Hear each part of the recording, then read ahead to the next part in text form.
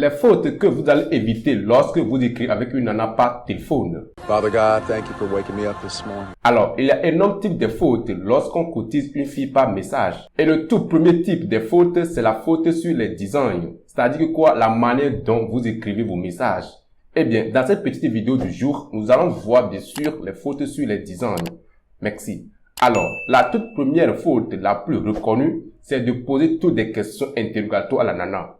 En vrai, c'est une faute qui occupe à tous les podiums de l'interaction lors de l'abordage, lors d'écrire les messages, lors de rencontre avec la nana. Vous lui posez toutes des questions interrogatoires. Eh bien, qu'est-ce que je dis par les questions interrogatoires? Alors, les questions comme par exemple, tu as mangé quoi aujourd'hui? Comment tu as passé ta journée? Qu'est-ce qui t'a énervé aujourd'hui? Qu'est-ce qui t'a rendu heureuse aujourd'hui, etc. Alors, mon grand, ce sont des questions interrogatoires, voire même des questions très inutiles. Sauf si votre échange porte sur la continuité logique qui fait allusion à ce type de questions. Vous ne devez absolument pas plonger dans ce type de questions, puisque ces questions que vous voyez n'intéressent any personne. La nana en échange avec vous n'est pas intéressée par ces questions. Mais vous aussi, vous n'êtes pas intéressé par les retours à ces questions. We don't give a fuck of this question. La forte raison pour laquelle vous posez ces questions, c'est parce que vous êtes en manque de sujet, ou soit carrément vous n'avez rien à dire. Vous êtes frustré du silence. Alors ceci est la première faute à éviter. Genre, arrêtez de poser les questions interrogatoires. Eh bien, faute 2, c'est l'abus d'utilisation des émoticônes. Surtout de nos jours avec les applications d'échange qui sont remplies d'émoticônes. Alors, par contre, ce niveau, vous ne devez pas être le premier à débuter l'échange avec les émoticônes.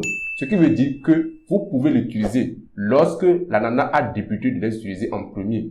Ou soit lorsque vous remarquez que la nana en échange avec vous montre beaucoup d'avantages. Mais dans la circonstance de doute, genre le choix par manque, c'est de ne jamais l'utiliser les émoticônes. Parce que c'est pas masculin, les gars. Merci. Eh bien, faute 3, c'est de répondre mathématiquement. Par exemple, lorsque la nana vous pose des questions du genre, tu as quel âge? Tu fais quel travail? Vous devez à tout prix éviter de répondre strictement. Et bah, pourquoi? Eh bien, parce que c'est l'opportunité pour vous, bien sûr, d'être différent de vos concurrents qui répondent strictement. Une chose à garder encore de nos jours. Lorsqu'une nana vous pose une question, elle n'est pas intéressée par la réponse que vous allez lui apporter. Non. Elle est juste intéressée par la façon dont vous allez lui répondre. Cela me rappelle le compliment d'une fille quand j'étais au lycée. Elle dit, j'aime ton écriture quand tu échanges avec moi par texto. Je dis, bah, mais comment? C'est virtuel, hein? Elle dit, non, ce que je dis, tu ne peux pas comprendre. Or, pourtant, je sais très bien ce qu'elle dit. Au fait, ce que je faisais à l'époque est que quoi? Quand elle écrit 2 phrases, j'écris aussi 2 phrases ou moins. Et à la fin de mes phrases, j'ai l'habitude de mettre certains pointillés mélangés avec les entre parenthèses et autres. Par exemple, lorsque j'écris « J'ai passé une journée terrible » et à la fin de ces phrases, je mets 2 points avec parenthèses fermées. Et c'est comme ça que je crée la différence. Alors, si vous répondez de façon créative, eh bien, même si vous foutez mal de sa réponse, de sa question, c'est à ce temps-là qu'elle va être attirée, puisque cela signale que vous avez de la valeur, vous êtes différent des concurrents, et cela est plus cool que de répondre « j'ai 19 ans et toi ».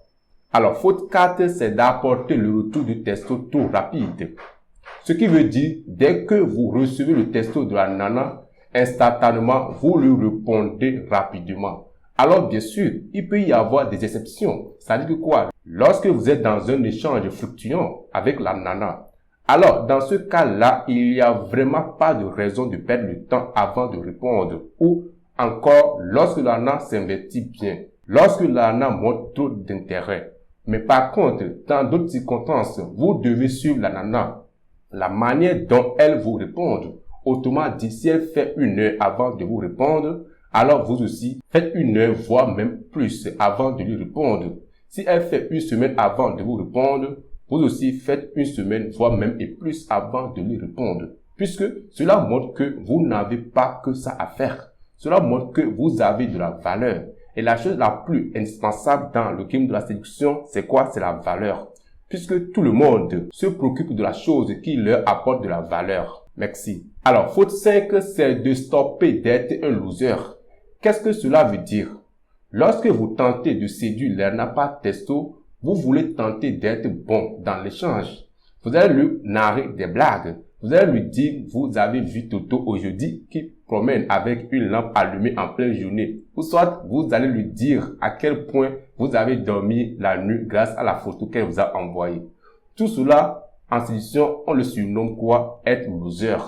En vrai de vrai, si une nana est déjà intéressée, vous pouvez être très bref en lui proposant des rencontres pour avoir un échange texto de manière légère.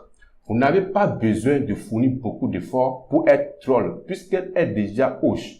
Dans la circonstance opposée, si la nana n'est pas hoche, même si vous lui narrez des blagues, elle ne va pas être intéressée. L'attirance du game ne se naît pas sur l'échange par texto. Non, la séduction se passe en face à face. Bref, dans la vie réelle et non dans la vie virtuelle. Eh bien, faute 6, c'est d'envoyer le roman à la nana. Ici, pour être bref, vous devez éviter d'investir trop dans l'échange. Ce qui veut dire très simple, lorsque la nana vous envoie une ou deux phrases, vous ne devez pas écrire 3 ou 4 phrases. Cela signale que vous êtes trop dans le besoin ou encore la valeur de la nana est supérieure par rapport à la vôtre. La nana n'est pas dans l'obligation de vous répondre avec beaucoup de phrases et vous non plus. Si vous le faites, elle ne sera pas intéressée. Mais lorsque je révèle que n'envoyez pas de roman à la nana, ce qui veut surtout et surtout révéler que n'envoyez pas des images drôles à la nana, car elle n'est pas encore trop attirante. Cela signale que vous montrez trop d'intérêt. Eh bien, en conclusion, faute 1, ne pas poser des questions interrogatoires. 2, éviter d'utiliser des émoticônes en premier. 3, éviter de répondre mathématiquement. 4, éviter de répondre trop rapidement. 5, stopper d'être un loser. Et 6, à la fin, éviter d'envoyer le roman à la nana. Et voilà, nous sommes arrivés à la fin de cette vidéo du jour. Si vous n'êtes pas encore abonné, je vous invite à vous abonner. Appuyez sur la notification pour ne pas louper la prochaine vidéo. Laissez un gros pouce bleu pour mettre dans le référencement car ça fait énorme plaisir. Et à la fin, n'oubliez pas de télécharger en bas de cette vidéo votre livre gratuit de 10 jeux d'échange qu'il faut pour captiver l'attention d'une nana dès le premier rendez-vous. Vous remplissez le formulaire et vous me dites l'adresse sous laquelle vous allez le recevoir. Sur ce les gars, je vous souhaite une très bonne suite. Restez directement à jamais. Mon prénom est Benjamin et que Dieu le coup parfait soit toujours avec vous les gars. Père.